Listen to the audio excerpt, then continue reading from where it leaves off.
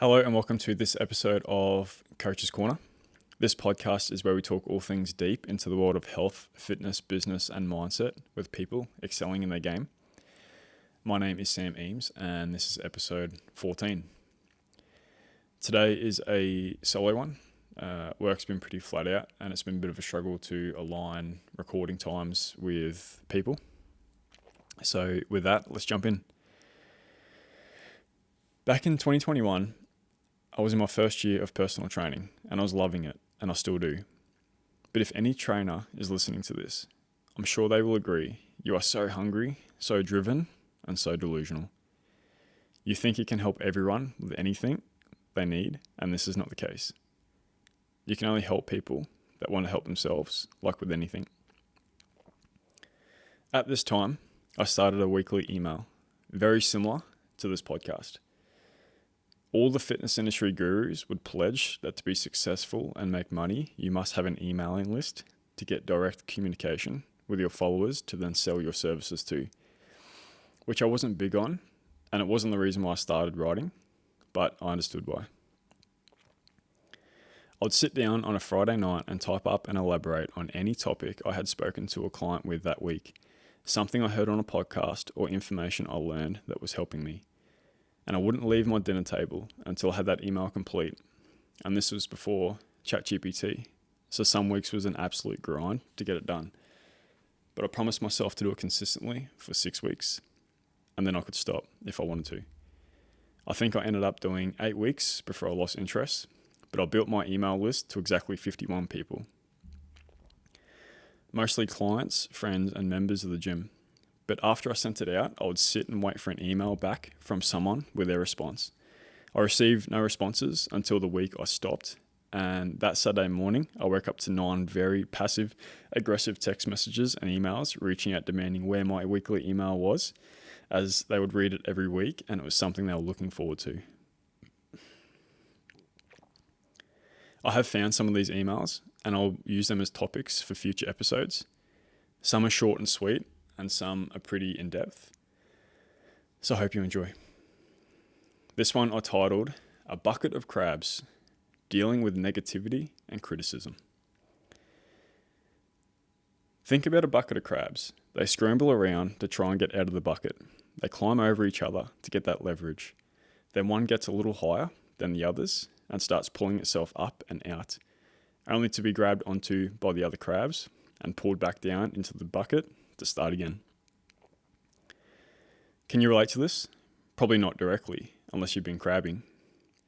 Now think of a situation where you've wanted to try something new or different, only to be shot down and ridiculed by friends, family, and colleagues. How did it make you feel, and did you continue with the original idea? Not likely. Positivity surrounds us, but yet we focus on the 1% of negatives from people. You could post a new PB on social media and get 99 flame and hand clap emojis and get 1 negative comment. I wonder what you would shift your attention to. People, instead of being inspired, they criticize. People, instead of looking at someone that works hard and looking at their own life, they find fault. Weakness is infectious. Learn how to embrace someone better than you, embrace someone to inspire you, and to improve that 1% every day. Find that something you want to learn and try, do it, and do it. Keep this in mind when setting new health and fitness goals, New Year's resolutions, or even trying to find something weird and new.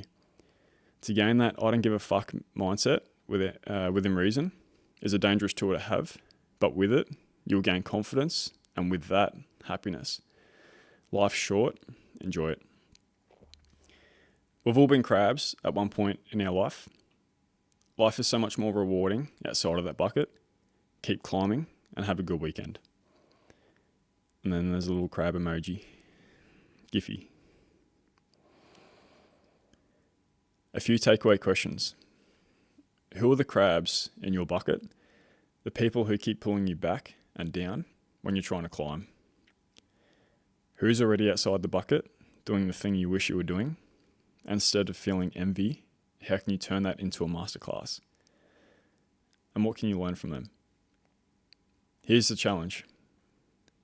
For this week, the next time someone criticizes you, pause, don't react. Just ask yourself, is this really about me or is it about them?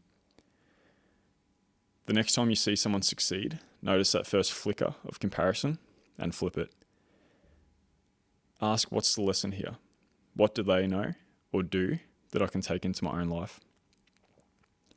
And finally, we've all been crabs at some point. If you notice yourself pulling someone else down, stop and choose inspiration instead of criticism. These sound like small shifts, but make them consistently, 1% at a time. And you'll look back in a year and realize you've rewired the way that you see and react to the world. If you found value in today's episode, the best way to support the show is by hitting subscribe. It helps me stay motivated, knowing this content is providing value for you, and it keeps the episodes coming. You can follow along on Spotify, Instagram, and Facebook at Coach's Corner Podcast.